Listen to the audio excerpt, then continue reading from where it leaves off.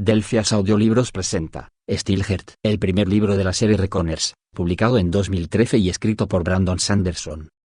Prólogo. He visto sangrar a Steelheart. Sucedió hace 10 años, cuando yo tenía 8. Estaba con mi padre en el First Union Bank de la calle Adams. Por entonces, antes de la anexión, usábamos los antiguos nombres de las calles. El banco era enorme, una sala diáfana, con columnas blancas alrededor de un suelo de mosaico, al fondo de la cual unas enormes puertas se abrían al centro del edificio. Daban a la calle dos grandes puertas giratorias flanqueadas por otras dos, estas convencionales. Hombres y mujeres entraban y salían, como si la sala fuera el corazón de una bestia enorme que latiera con la savia de las personas y el dinero. Yo estaba arrodillado de cara al respaldo de una silla demasiado grande para mí, contemplando el ir y venir de la gente. Me gustaba observar los diferentes rostros, los peinados, la ropa, las expresiones. Todos eran tan distintos en aquella época. Era emocionante. David, siéntate bien, por favor, dijo mi padre. Tenía una voz suave. No lo había oído gritar más que una vez, en el funeral de mi madre. Recordar el calvario por el que pasó aquel día todavía me estremece. Me volví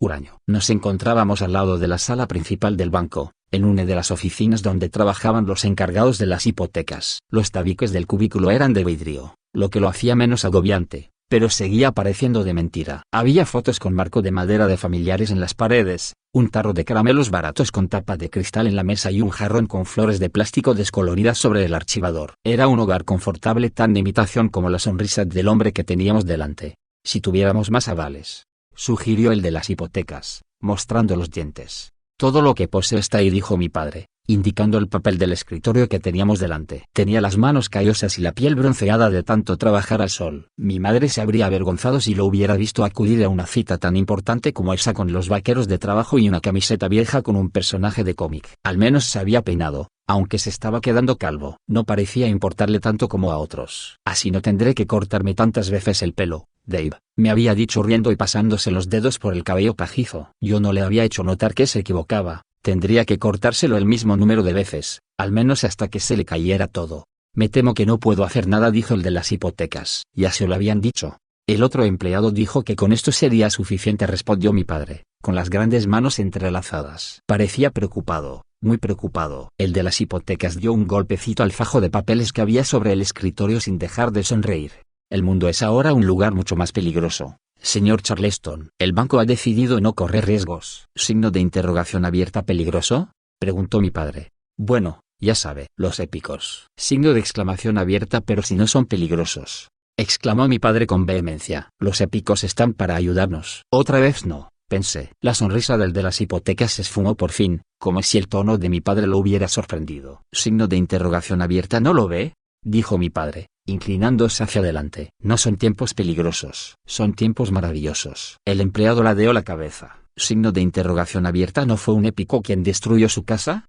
Donde hay villanos, habrá héroes, respondió mi padre. Espere y verá. Vendrán. Yo así lo creía. Un montón de gente pensaba como él en esa época. Solo hacía 2 años que Calamity había aparecido en el cielo. Hacía solo uno que los hombres corrientes habían empezado a cambiar y a convertirse en épicos, casi como los superhéroes de las historietas. Todavía teníamos esperanza, y éramos muy ignorantes. Bueno, dijo el de las hipotecas, uniendo las manos sobre la mesa, junto a la foto de unos sonrientes niños de varias etnias. Por desgracia, nuestros evaluadores de riesgos no están de acuerdo con su valoración. Tendrá usted que... Siguieron hablando, pero ya no les presté atención. Me arrodillé otra vez en la silla, de espaldas a ellos, mirando a la gente. Mi padre estaba demasiado inmerso en la conversación para reñirme, así que vi claramente al épico entrar en el banco. Lo detecté de inmediato, aunque nadie más le prestó atención. La gente dice que no se distingue a un épico de un hombre corriente a menos que use sus poderes, pero se equivoca. Los épicos se comportan de un modo diferente, con una sutil autocomplacencia, confiando en sí mismos. Siempre he sido capaz de identificarlos. A pesar de que era un niño, supe que aquel hombre tenía algo distinto. Llevaba un traje negro holgado con camisa color canela, sin corbata. Era alto y esbelto, pero recio, como suelen ser los épicos. Musculoso. Estaba en forma y se notaba incluso a pesar de la ropa holgada. Se situó en el centro de la sala. Llevaba unas gafas de sol en el bolsillo de la pechera y sonrió mientras se las ponía. Luego apuntó despreocupadamente con un dedo a una señora que pasaba. La mujer se desintegró, convertida en polvo. La ropa ardió. El esqueleto se desplomó hacia adelante y repiqueteó en el suelo. Los pendientes y el anillo de boda, sin embargo, no se disolvieron. Tintinearon en el embaldosado con tanta claridad que lo oí a pesar del ruido de la sala. Una sala que de pronto se quedó en completo silencio. La gente se quedó paralizada de horror y las conversaciones cesaron, aunque el de las hipotecas siguió soltándole el rollo a mi padre y no se calló hasta que empezaron los gritos. No recuerdo cómo me sentía. ¿No es extraño? Recuerdo la iluminación, aquellas magníficas lámparas de techo que bañaban la sala de chispitas de luz. Recuerdo el olor de limón y amoníaco del suelo recién fregado. Recuerdo con toda exactitud los penetrantes gritos de terror, la cacofonía de la gente corriendo despavorida hacia las puertas. Lo que mejor recuerdo es al épico sonriendo de oreja a oreja, casi con lascivia, mientras iba señalando a los que pasaban y reduciéndolos a ceniza y polvo con un mero gesto. Me quedé petrificado. Seguramente estaba conmocionado. Me aferré al respaldo de la silla, contemplando la matanza con los ojos como platos. Algunas personas que estaban cerca de las puertas escaparon. Todo el que se acercó demasiado al épico murió. Varios empleados y clientes se acurrucaron juntos en el suelo o se escondieron detrás de los escritorios. Por raro que parezca, la sala quedó en silencio. El épico siguió de pie en el mismo lugar, como si estuviera solo, mientras revoloteaban por el aire pedazos de papel, con los huesos y la ceniza negra esparcidos por el suelo a su alrededor. Me llamo Dead Point, dijo. No es el más acertado de los nombres, lo admito, pero lo encuentro fácil de recordar. Lo dijo con un curioso desenfado, como si conversara con unos amigos tomándose una copa. Empezó a caminar por la sala. Esta mañana se me ha ocurrido una idea, dijo. La sala era lo bastante grande para que su voz creara eco. Me estaba duchando y se me ocurrió. Me he dicho, Dead Point, ¿para qué vas a robar hoy un banco? Apuntó perezosamente a un par de guardias de seguridad que habían salido de un pasillo lateral situado justo detrás de los cubículos de las hipotecas. Los guardias se convirtieron en polvo. Placas, cinturones, armas y huesos golpearon el suelo. Oí los esqueletos chocar entre sí mientras caían. Hay un montón de huesos en el cuerpo de un hombre, más de los que creía, e hicieron un ruido tremendo cuando se desplomaron. Un curioso detalle para recordar de aquella escena tan horrible, pero lo recuerdo claramente. Una mano me agarró por el hombro. Mi padre se había agachado delante de su silla. Intentaba hacerme bajar de la mía e impedir que el épico me viera, pero yo no me movía, y mi padre no podía obligarme a hacerlo sin montar una escena. Llevo semanas planeando esto, ¿saben?, dijo el épico. Pero la idea se me ha ocurrido esta misma mañana. ¿Por qué? ¿Por qué robar el banco? Puedo tener cuanto quiera de todas formas. Es absurdo. Rodeó de un salto un mostrador y la cajera que estaba escondida detrás gritó. Yo apenas la veía porque estaba acurrucada en el suelo. Para mí el dinero no vale nada, dijo el épico. Absolutamente nada, apuntó. La mujer quedó reducida a ceniza y huesos. El épico giró sobre sus talones y fue señalando sucesivamente hacia varios puntos de la sala, matando a los que intentaban huir. Por último, me apuntó directamente. Por fin sentí una emoción, una punzada de terror. Detrás de nosotros, un cráneo rebotó en el escritorio y cayó al suelo esparciendo ceniza. El épico no me estaba apuntado a mí, sino al de las hipotecas, agazapado junto a su escritorio. Detrás de mí. Había intentado huir. El épico se volvió hacia los cajeros del mostrador. La mano de mi padre me seguía sujetando el hombro, tensa. Sentí su preocupación por mí casi como algo físico, recorriendo su brazo hasta el mío. Entonces se apoderó de mí un terror tan intenso que, incapaz de moverme, me acurruqué en la silla, gimiendo, temblando, tratando de desterrar de mi mente las imágenes de las terribles muertes que acababa de presenciar. Mi padre me soltó. No te muevas, leí en sus labios. Asentí, demasiado asustado para hacer otra cosa. Mi padre se asomó por un lado de su silla. Dead Point hablaba con un cajero. Aunque yo no los vi, oí caer los huesos. Los estaba ejecutando uno a uno. El rostro de mi padre se ensombreció y miró hacia un pasillo lateral. ¿Para huir? No. Allí era donde habían caído los guardias. Vi a través del tabique de cristal del cubículo una pistola en el suelo con el cañón enterrado en ceniza y parte de la culata asomando de una caja torácica. Mi padre, que de joven había pertenecido a la Guardia Nacional, la estaba viendo. No lo hagas, pensé, presa del pánico. Papá, no. Pero no fui capaz de articular palabra. Me tembló la barbilla cuando intenté hablar, como si tuviera frío, y me castañetearon los dientes. ¿Y si el épico me oía? No podía permitir que mi padre hiciera esa locura. Era la única persona que me quedaba en el mundo. No tenía casa, ni familia, ni madre. Cuando se dispuso a actuar, hice un esfuerzo para agarrarlo del brazo. Negué con la cabeza, tratando de encontrar el modo de detenerlo. Por favor, conseguí susurrarle. Los héroes. Has dicho que vendrían. Deja que ellos lo detengan. A veces, hijo, hay que ayudar a los héroes. Se libró de mis dedos, miró a Dead Point y se escabulló hasta el siguiente cubículo. Yo contuve la respiración y me asomé con mucho cuidado por un lado de mi silla. Tenía que enterarme. Aunque acobardado y tembloroso, tenía que ver aquello. Dead Point saltó el mostrador y aterrizó al otro lado, donde estábamos nosotros. Así que tanto da, dijo, todavía en tono coloquial, caminando por la sala. Robando un banco conseguiría dinero, pero en realidad no necesito comprar nada. Alzó un dedo asesino. Un enigma. Por suerte, mientras me duchaba me he dado cuenta de otra cosa. Matar a alguien cada vez que quieres algo resulta un incordio. Mejor sería asustar a todo el mundo. Demostrar mi poder de modo que, en adelante, nadie me negara nada de lo que deseara. Rodeó de un salto una columna, sorprendiendo a una mujer que llevaba en brazos a su hijo. No, robar un banco por dinero no habría tenido sentido, pero demostrar lo que puedo hacer. Eso sigue teniendo importancia. Por tanto, he seguido adelante con mi plan.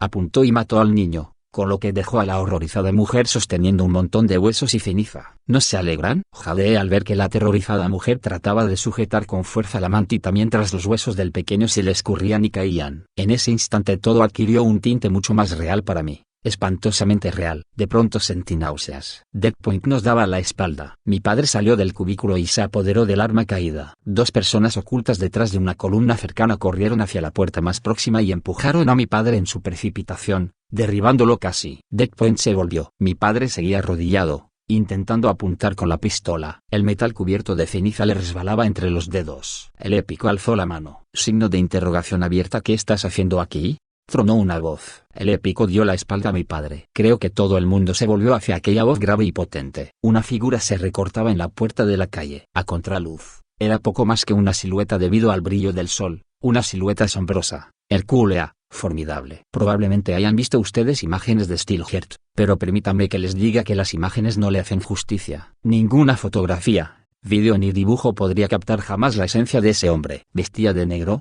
camisa tensa sobre un pecho inhumanamente grande y fuerte, pantalones anchos pero no bombachos. No llevaba máscara, como hacían algunos de los primeros épicos, sino una magnífica capa plateada. No necesitaba máscara. Aquel hombre no tenía ningún motivo para esconderse. Extendió los brazos a los costados y el viento abrió las puertas. A su alrededor, la ceniza se esparció por el suelo y los papeles volaron. Steelheart se elevó en el aire unos pocos centímetros, con la capa ondeando, y entró flotando en la sala. Sus brazos eran como vigas de hierro, las piernas como montañas, el cuello como el tronco de un árbol. Sin embargo, no era lento ni torpe. Con el pelo negro azabache, la mandíbula cuadrada, un físico imposible y casi 2,10 metros de altura, era majestuoso. Y aquellos ojos de mirada intensa, exigente, intransigente. Mientras Steelheart entraba volando con elegancia en la sala, Deadpoint alzó rápidamente un dedo y lo señaló con él. Un trocito de la camisa de Steelheart crepitó como si hubieran quemado la tela con un cigarrillo, pero él no se inmutó. Bajó flotando los escalones y aterrizó suavemente a poca distancia de Deadpoint. La enorme capa se posó a su alrededor. Deadpoint apuntó de nuevo, frenético. Otro breve chisporroteo. Steelheart avanzó hacia el otro épico,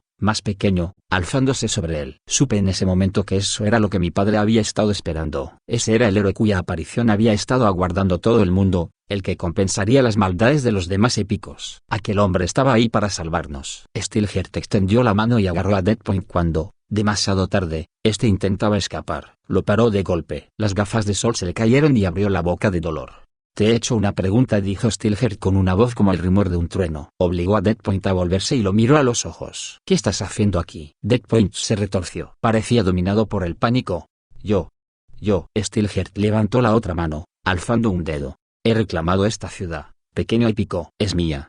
Hizo una pausa. A mí me corresponde dominar a esta gente, no a ti. Deadpoint ladeó la cabeza. ¿Qué? Pensé. Pareces fuerte, pequeño épico, dijo Steelheart, mirando los huesos repartidos por toda la sala. Aceptaré tu obediencia. Júrame lealtad o muere. No podía creer las palabras de Steelheart. Me golpearon con tanta fuerza como habían hecho los asesinatos de Deadpoint. Sírveme o muere. Se convertiría en la piedra angular de su gobierno. Miró en derredor y habló a la sala con voz resonante. Ahora soy emperador de esta ciudad. Me obedeceréis. Poseo esta tierra. Poseo estos edificios. Cuando paguéis impuestos, vendrán a mí. Si desobedecéis, moriréis. Imposible, pensé. Él no podía aceptar que aquel ser increíble fuera igual que todos los demás. No fui el único. Se supone que no debe ser así, dijo mi padre. Steelheart se volvió, aparentemente sorprendido al escuchar a uno de los asustados y acobardados peones de la sala. Mi padre dio un paso adelante, la pistola a su lado. No, dijo. Tú no eres como los demás. Lo noto, eres mejor que ellos. Se detuvo a pocos pasos de los dos épicos. Has venido a salvarnos. La sala quedó en silencio, a excepción de los sollozos de la mujer que todavía sostenía en brazos los restos de su hijo muerto. Intentaba en vano reunir los huesos, no dejar ni una diminuta vértebra en el suelo, frenética, con el vestido lleno de ceniza. Antes de que ninguno de los dos épicos acertara a responder, Las puertas laterales se abrieron de golpe. Hombres con armaduras negras y rifles de asalto irrumpieron en el banco y abrieron fuego. El gobierno no había arrojado todavía la toalla. Por tanto, seguía intentando combatir a los épicos, someterlos a las leyes de los mortales. Había quedado claro desde el principio que, en lo referido a los épicos, no se vacilaba, no se negociaba. Entrabas disparando y esperabas que al épico al que te enfrentabas lo mataran las balas corrientes. Mi padre echó a correr. El instinto de combate lo indujo a protegerse tras una columna, cerca de la entrada del banco. Steelheart se volvió, con cara divertida, mientras una ráfaga de balas impactaba en él. Las balas le rebotaron en la piel, le perforaron la ropa, pero no le causaron ni un solo rasguño. Los épicos como él fueron la razón por la que Estados Unidos aprobó la ley de capitulación que daba a todos los épicos inmunidad absoluta. Los disparos no le causaban ningún daño a Steelheart. Los cohetes, los tanques, las armas más avanzadas del hombre no le hacían el menor daño. Aunque lograran capturarlo, ninguna prisión lo retendría. El gobierno declaró que hombres como Steelheart eran fuerzas naturales, igual que los huracanes o los terremotos. Pretender decirle a Steelheart que no podía coger lo que quisiera habría sido como intentar aprobar una ley para prohibir que soplara el viento. Ese día, en el banco, vi con mis propios ojos por qué tantos han decidido no contraatacar. Steelheart alzó una mano y la energía empezó a brillar a su alrededor con una fría luz amarilla. Deadpoint se puso tras él a cubierto de las balas. Al contrario que Steelheart,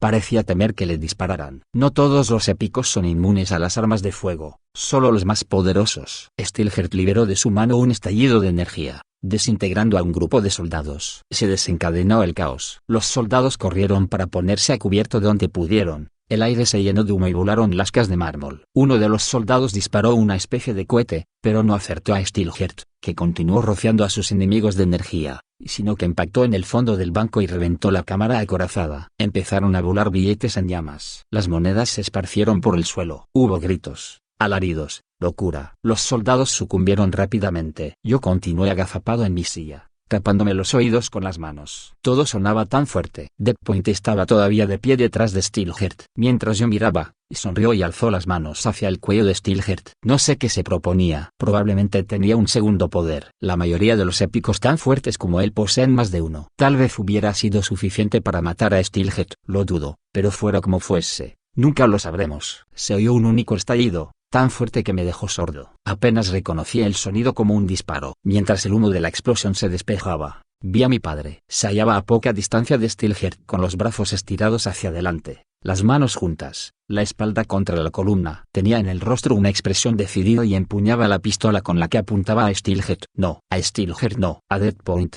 que estaba justo detrás de él. Deadpoint se desplomó, con una herida de bala en la frente. Steelheart se volvió bruscamente, mirando al épico inferior. Luego miró a mi padre y se llevó una mano a la cara. En la mejilla, justo por debajo del ojo, tenía una línea de sangre. Al principio creía que sería del muerto, pero cuando se la frotó, continuó sangrando. Mi padre le había disparado a Deadpoint, pero la bala había pasado rozando a Steelheart. Aquella bala lo había herido, mientras que las de los soldados habían rebotado en él. Lo siento, dijo mi padre, ansioso. Iba a agarrarte. Steelheart abrió mucho los ojos y se miró la mano sucia de sangre. Parecía completamente atónito. Miró la cámara acorazada que tenía detrás, luego a mi padre. En medio del polvo y el humo que se posaban, las dos figuras permanecieron de pie, una frente a otra. Un enorme y regio épico frente a un hombrecito sin hogar con una camiseta tonta y vaqueros viejos. Steelheart saltó hacia adelante con cegadora velocidad y golpeó con la palma de la mano a mi padre en el pecho, aplastándolo contra la columna de piedra blanca. Los huesos se le rompieron y de la boca le manó sangre. Signo de exclamación abierta. No, grité. Mi propia voz me sonó extraña, como si estuviera debajo del agua. Quise correr hacia él, pero estaba demasiado asustado. Todavía pienso en mi cobardía ese día, y me asquea. Steelheart dio un paso a un lado y recogió la pistola que mi padre había dejado caer. Con la furia ardiéndole en los ojos, apuntó directamente al pecho de mi padre y le disparó un solo tiro. Hace eso. A Steelheart le gusta matar a las personas con el arma que han estado usando, y se ha convertido en una de sus peculiaridades. Tiene una fuerza increíble y puede disparar rayos de energía con las manos. Pero cuando se trata de matar a alguien especial, prefiere hacerlo con sus armas. Steelheart dejó que mi padre resbalara por la columna y arrojó la pistola a sus pies. Luego se dedicó a lanzar estallidos de energía en todas direcciones, incendiando sillas, paredes, mostrador, todo. Yo me caí de la silla cuando uno de los rayos impactó cerca, y rodé por el suelo. Las explosiones desataron una lluvia de astillas y cristales. La sala se estremecía. En pocos segundos, Steelheart causó suficiente destrucción para que el instinto asesino de Deadpoint pareciera mansedumbre. Sembró el caos en la sala, derribando columnas, matando a todo el que veía. No estoy seguro de cómo sobreviví. Me arrastré sobre los cristales y las astillas de madera, la escayola y el polvo caían a mi alrededor. Steelheart soltó un grito de ira e indignación. Apenas lo oí, pero pude sentirlo rompiendo las ventanas que quedaban, haciendo vibrar las paredes. Luego brotó de él algo, una oleada de energía, y el suelo a su alrededor cambió de color, convirtiéndose en metal. La transformación se extendió por toda la sala a increíble velocidad. El enlosado debajo de mí, las paredes a mi lado, los cristales del suelo.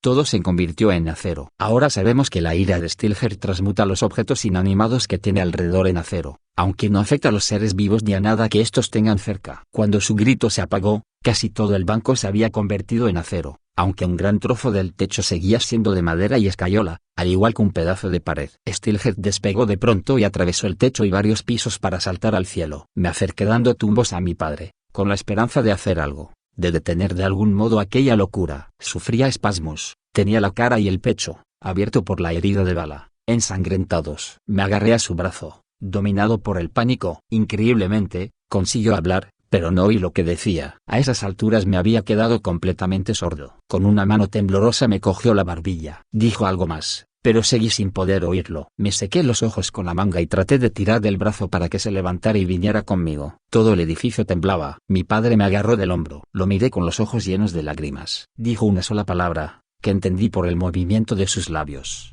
Vete. Comprendí entonces que acababa de suceder algo tremendo, algo que ponía en evidencia a Steelheart, algo que lo aterrorizaba. Por aquel entonces era un épico nuevo, poco conocido en la ciudad, pero yo había oído hablar de él. Se suponía que era invulnerable. Aquel disparo lo había herido y todos habían visto su vulnerabilidad. No iba a permitir que siguiéramos con vida, tenía que mantener su secreto. Con las lágrimas resbalándome por las mejillas, sintiéndome un completo cobarde por abandonar a mi padre, me volví y eché a correr. El edificio siguió temblando por las explosiones, las paredes se agrietaron, secciones del techo se desmoronaron. Steelheart intentaba derribarlo. A algunos, que salieron huyendo por las puertas delanteras, Steelheart los mató desde arriba. Otros corrieron hacia las puertas laterales, que conducían al interior del banco, de modo que, cuando la mayor parte del edificio se desplomó, murieron aplastados. Me escondí en la cámara acorazada. Quisiera poder decir que tomé una decisión inteligente, pero simplemente me caí. Recuerdo vagamente haberme arrastrado hasta un rincón oscuro y haberme encogido llorando mientras el resto del edificio se hacía pedazos. Como la mayor parte de la planta principal se había convertido en metal por la ira de Steelheart y la cámara acorazada era de acero, esas zonas no se desmoronaron como las demás. Horas más tarde, una trabajadora de los equipos de rescate me sacó de los escombros. La luz me cegó cuando me liberaron. El espacio en el que me hallaba se había hundido parcialmente, inclinado lateralmente pero prodigiosamente intacto, con las paredes y casi todo el techo de acero. El resto del gran edificio era una completa ruina. La trabajadora de los equipos de rescate me susurró al oído: finge estar muerto. Me llevó a una hilera de cadáveres y me cubrió con una manta. Había deducido lo que Steelheart les haría a los supervivientes. Cuando se marchó a buscar más, me entró el pánico y me escabullí de debajo de la manta. Fuera estaba oscuro, aunque no podía ser de noche todavía. Night Elder había caído sobre nosotros. El reinado de Steelheart había comenzado. Me alejé cojeando hasta un callejón. Eso me salvó la vida por segunda vez. Momentos después de que escapara, Steelheart regresó y descendió flotando más allá de las luces de rescate para aterrizar junto al caos. Llevaba a alguien consigo, una mujer delgada con el pelo recogido en un moño. Más tarde me enteraría de que se llamaba Faultline y su poder era mover la tierra. Aunque un día desafiaría a Steelheart, en ese momento le servía. Faultline agitó la mano y el terreno tembló. Escapé, confuso, asustado, dolorido. Detrás de mí, el suelo se abrió y se tragó lo que quedaba del banco, los cadáveres, a los supervivientes que recibían atención médica y a los miembros del equipo de rescate. Steelheart no quería dejar ninguna prueba. Hizo que Faultline los enterrara a todos bajo centenares de metros de tierra, matando a todo aquel que pudiera contar lo sucedido en ese banco, excepto a mí. Esa misma noche, más tarde, Steelheart realizó la gran transfiguración, la asombrosa muestra de poder con la que transformó la mayor parte de Chicago, edificios, vehículos, calles, en acero, incluida una gran porción del lago Michigan, que se convirtió en una brillante extensión de metal negro. Fue allí donde construyó su palacio. Sé, mejor que nadie, que ningún héroe vendrá a salvarnos. No hay épicos buenos. Ninguno de ellos nos protege. El poder corrompe, y el poder absoluto corrompe absolutamente. Convivimos con ellos. Tratamos de vivir a pesar de ellos. Cuando se aprobó la ley de capitulación, la mayor parte de la gente dejó de luchar. En algunas zonas de lo que ahora llamamos los estados fracturados, el antiguo gobierno sigue teniendo marginalmente el control. Dejan que los épicos hagan lo que les dé la gana, e intentan seguir adelante como una sociedad quebrada. Sin embargo, en casi todas partes reina el caos y la ley brilla por su ausencia. En unos cuantos lugares, como Chicago Nova, un único épico cuasi divino ejerce su tiranía. Steelheart no tiene rivales aquí. Todo el mundo sabe que es invulnerable. Es invulnerable a todo, a las balas, las explosiones y la electricidad. En los primeros años, otros épicos intentaron derrocarlo y reclamar su trono, como intentó hacer Faultline. Todos están muertos. Ahora rara vez alguno lo intenta. Sin embargo, si a un hecho podemos aferrarnos es a este: todo épico tiene un punto débil, algo que invalida sus poderes, que los convierte en personas corrientes aunque sea solo momentáneamente. Steelheart no es ninguna excepción.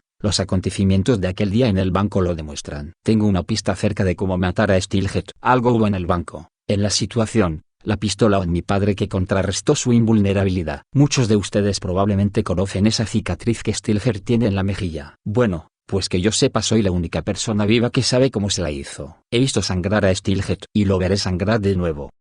Primera parte. Capítulo 1. Bajé atropelladamente por el hueco de una escalera y choqué contra la grava de acero del fondo, jadeando. Corrí por una de las oscuras calles subterráneas de Chicago Nova. Habían transcurrido 10 años desde la muerte de mi padre, desde el aciago día que la gente llamaba la anexión. Llevaba una chaqueta de cuero holgada, vaqueros y el rifle al hombro. La calle estaba oscura a pesar de ser uno de los callejones subterráneos con rejas y respiraderos por los que se veía el cielo. Siempre está oscuro en Chicago Nova. Nightwilder fue uno de los primeros épicos en jurar fidelidad a Steelheart, y es miembro de su círculo íntimo. Por culpa de Nightwilder no hay amaneceres ni luna, solo absoluta oscuridad en el firmamento, a todas horas, todos los días. Lo único que se ve en las alturas es a Calamity, que parece un brillante cometa o una enana roja. Calamity comenzó a brillar un año antes de que los hombres empezaran a convertirse en épicos. Nadie sabe por qué o cómo sigue brillando en medio de la oscuridad. Naturalmente, nadie sabe tampoco por qué empezaron a aparecer los épicos ni qué relación tienen con Calamity. Seguí corriendo, maldiciéndome por no haber salido antes. Las luces del techo de la vía subterránea fluctuaban, con las carcasas teñidas de azul. La calle estaba repleta de los perdedores habituales, adictos en las esquinas, camellos, o algo peor, en los callejones. Algunos grupos de obreros iban o venían apresuradamente del trabajo, con el cuello del grueso abrigo vuelto para ocultar el rostro. Caminaban encorvados, con la cabeza gacha. Yo llevaba casi una década entre gente como ellos, trabajando en un lugar al que simplemente llamábamos la fábrica. En parte orfanato y en parte escuela. Era principalmente un modo de explotar a los niños como mano de obra gratuita. Al menos la fábrica me había dado cobijo y alimento todo ese tiempo. Era mucho mejor que vivir en la calle, y no me importaba nada trabajar a cambio de comida. Las leyes que regulaban el trabajo infantil eran reliquias de una época en que la gente podía preocuparse por ese tipo de cosas. Me abrí paso entre un puñado de obreros. Uno me maldijo en un idioma vagamente similar al español. Alcé la cabeza para situarme. En la mayoría de las intersecciones los nombres de calles estaban pintados con spray en las brillantes paredes metálicas. Cuando la gran transfiguración convirtió la mayor parte de la ciudad vieja en acero sólido, también transmutó el suelo y la roca hasta varios metros de profundidad. Durante los primeros años de su gobierno, Steelheart fingió ser un dictador benévolo, aunque implacable. Sus fapadores habían perforado varios estratos de túneles, calles subterráneas con sus edificios, y la gente había acudido en masa a Chicago Nova para trabajar. Si aquí la vida resultaba difícil,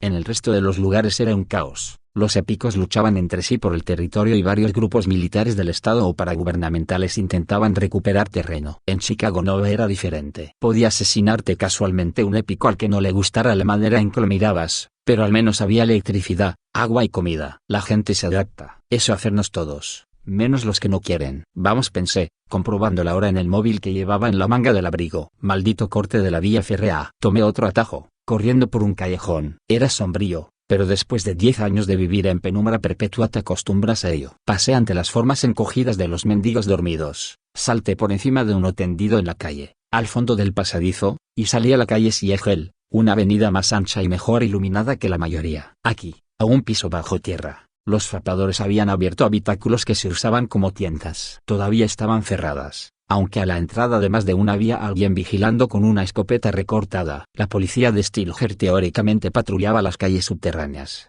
pero no solía acudir a no ser en casos extremos. Steelheart había hablado de una grandiosa ciudad subterránea que se extendería docenas de niveles, Al principio, antes de que los fapadores se volvieran locos, antes de que él dejara de fingir que se preocupaba por los habitantes de las calles subterráneas. Con todo, esos niveles superiores no eran terribles. Al menos daban sensación de organización y había en ellos un montón de agujeros excavados que servían como hogar. Allí las luces del techo eran levemente verdes y amarillas. Alternativamente, si conocías las pautas de colores de las calles, podías navegar bastante bien por las subterráneas. Por los niveles superiores al menos. Incluso los veteranos de la ciudad solían evitar los inferiores, las catacumbas de acero, donde era muy fácil perderse. 2 manzanas hasta la calle Schuster, pensé, mirando por un tragaluz los brillantes y mejor iluminados rascacielos de arriba. Corrí las 2 manzanas y tomé una escalera de subida cuyos peldaños de acero reflejaban las tenues luces semifuncionales. Salí a una calle de metal y me metí inmediatamente en un callejón. Un montón de gente decía que las calles de arriba no eran tan peligrosas como las subterráneas, pero yo nunca me sentía cómodo en ellas. A decir verdad, nunca me sentía a salvo en ninguna parte, ni siquiera en la fábrica, con los demás estudiantes. Pero ahí arriba había épicos. Llevar rifle en las calles subterráneas era una práctica común, pero arriba llamaría la atención de los soldados de Steelheart o de cualquier épico que pasara. Era mejor que me mantuviera oculto. Me agazapé junto a algunas cajas del callejón, recuperando el aliento. Consulté el móvil, localicé un mapa básico de la zona y alcé la vista. Justo delante había un edificio con letreros de neón rojo, el Teatro Riv. Mientras lo miraba, la gente empezó a salir. Dejé escapar un suspiro de alivio. Había conseguido llegar justo cuando la obra terminaba. Eran todos de las calles de arriba, con trajes oscuros y vestidos de colores. Algunos serían épicos, pero la mayoría, en cambio, simplemente eran personas a quienes de algún modo les había ido bien en la vida. Tal vez Steelheart los favorecía por las tareas que realizaban o habían nacido ricos. Steelheart podía tomar todo lo que se le antojara, pero para tener un imperio necesitaba gente que lo ayudara a gobernar. Burócratas, oficiales de su ejército, contables, hombres de negocios, diplomáticos. Como la élite de una dictadura de la vieja escuela, esa gente vivía de las migajas que Steelheart dejaba a su paso. Eso significaba que eran casi tan culpables como los épicos de la opresión en que vivíamos el resto, pero yo no les tenía demasiada inquina. Tal como estaba el mundo, uno hacía lo que podía para sobrevivir. Vestían de manera anticuada, era lo que se estilaba. Los hombres con sombrero, las mujeres con vestidos que parecían sacados de las fotos que yo había visto de la época de la prohibición, en contraste absoluto con los modernos edificios de acero y el lejano sonido de un helicóptero militar avanzando. Los ricos se apartaron de pronto para dejar sitio a un hombre con un traje de raya diplomática rojo vivo, sombrero rojo de fieltro y capa roja y negra. Me agaché un poco más. Era Fortuiri, un épico con el poder de la precognición, capaz de adivinar los números que saldrían en una tirada de dados, por ejemplo,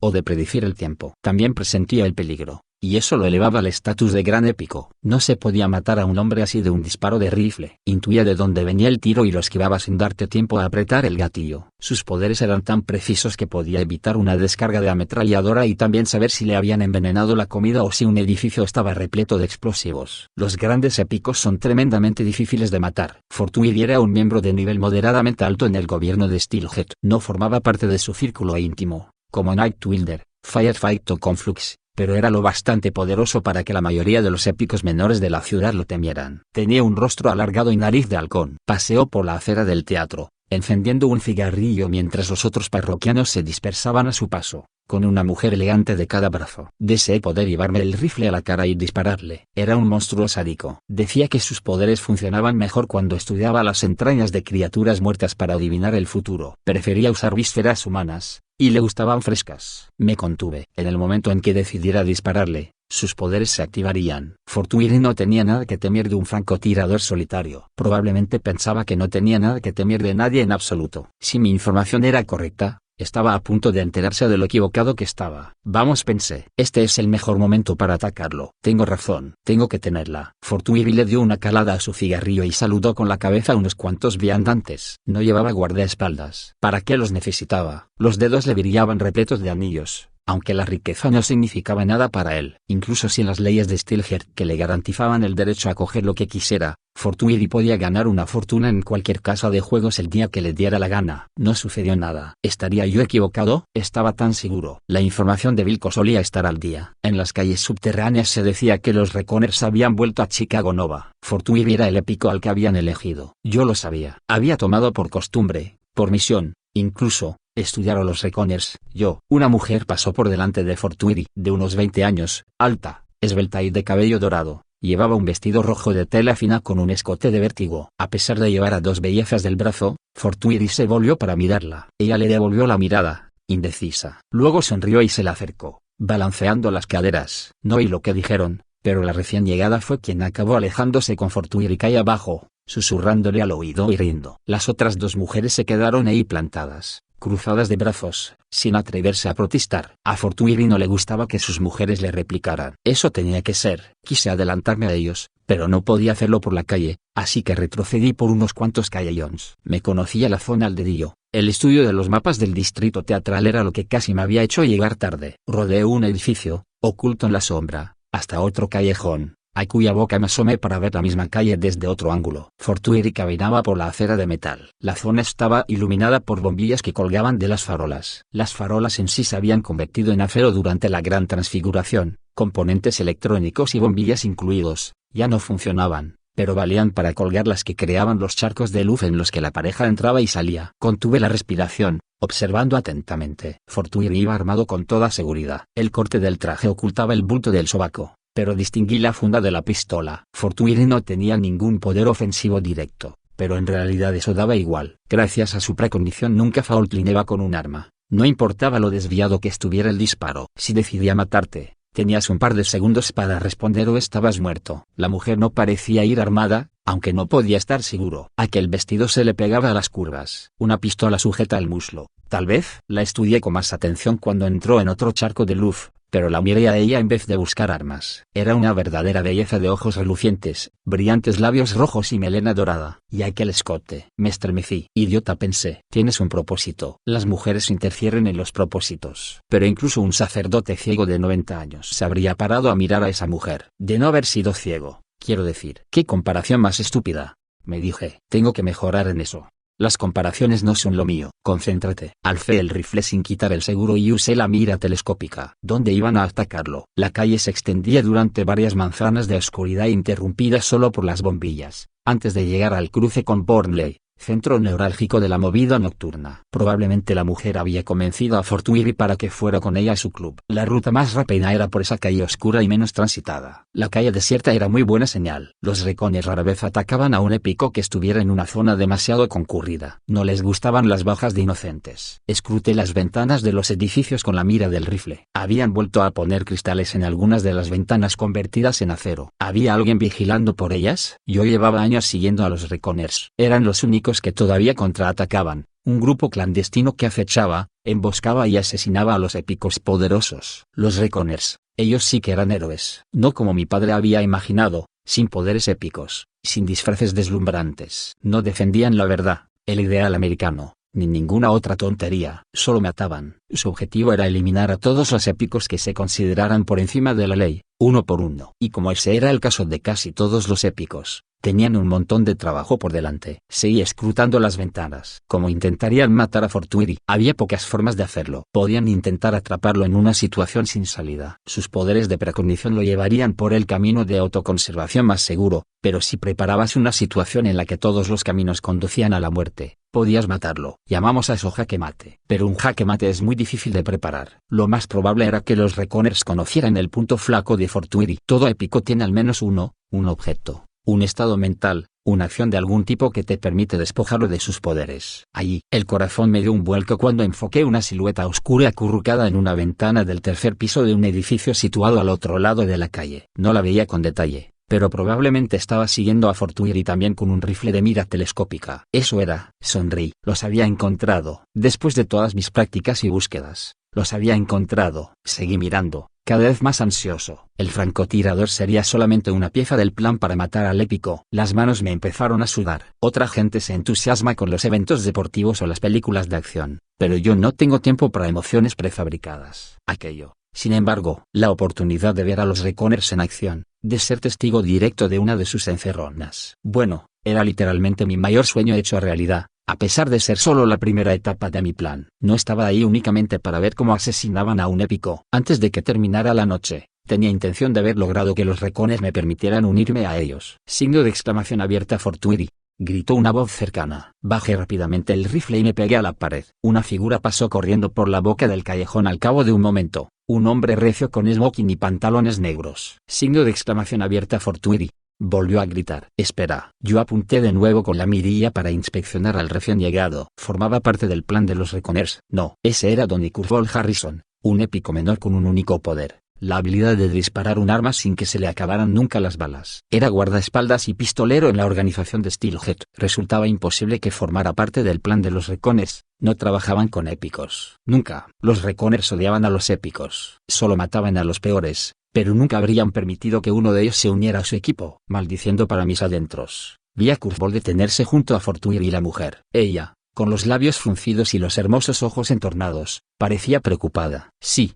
lo estaba. Era de los Reconers con toda seguridad. Curvol empezó a explicar algo y Fortuny frunció el ceño. ¿Qué estaba pasando? Presté atención a la mujer. Tiene algo, pensé, sin quitarle ojo. Era más joven de lo que había creído en un principio. Probablemente tuviera 18 o 19 años, pero aquellos ojos la hacían parecer mucho mayor. Su expresión de preocupación desapareció repentinamente, sustituida por otra intencionadamente insípida, cuando se volvió hacia Fortuny y le hizo un gesto para que continuara. Fuera cual fuese la trampa, necesitaba que estuviera más adelante en la calle. Eso tenía sentido. Atrapar un precog es difícil. Si su sentido del peligro capta aunque sea un leve aroma a encerrona, reaccionará. Ella tenía que conocer su punto débil, pero probablemente no intentaría aprovecharse de él hasta que estuvieran más aislados. Y aún así, tal vez no funcionara. Fortuny seguiría siendo un hombre armado, y el punto débil de muchos épicos era dificilísimo de aprovechar. Seguí mirando. Fuera cual fuese el problema de Curvol, no parecía tener nada que ver con la mujer. Hacía gestos hacia el teatro. Si convencía a Fortuny para que regresara, la trampa no saltaría nunca. Los Reconers se retirarían y escogerían un nuevo objetivo. Podría pasarme años buscando otra oportunidad como aquella. No iba a dejar que eso sucediera. Tras inspirar profundamente, me llevé el rifle al hombro, salí a la calle y eché a correr hacia Fortuny. Era hora de entregar mi currículum a los Reconers.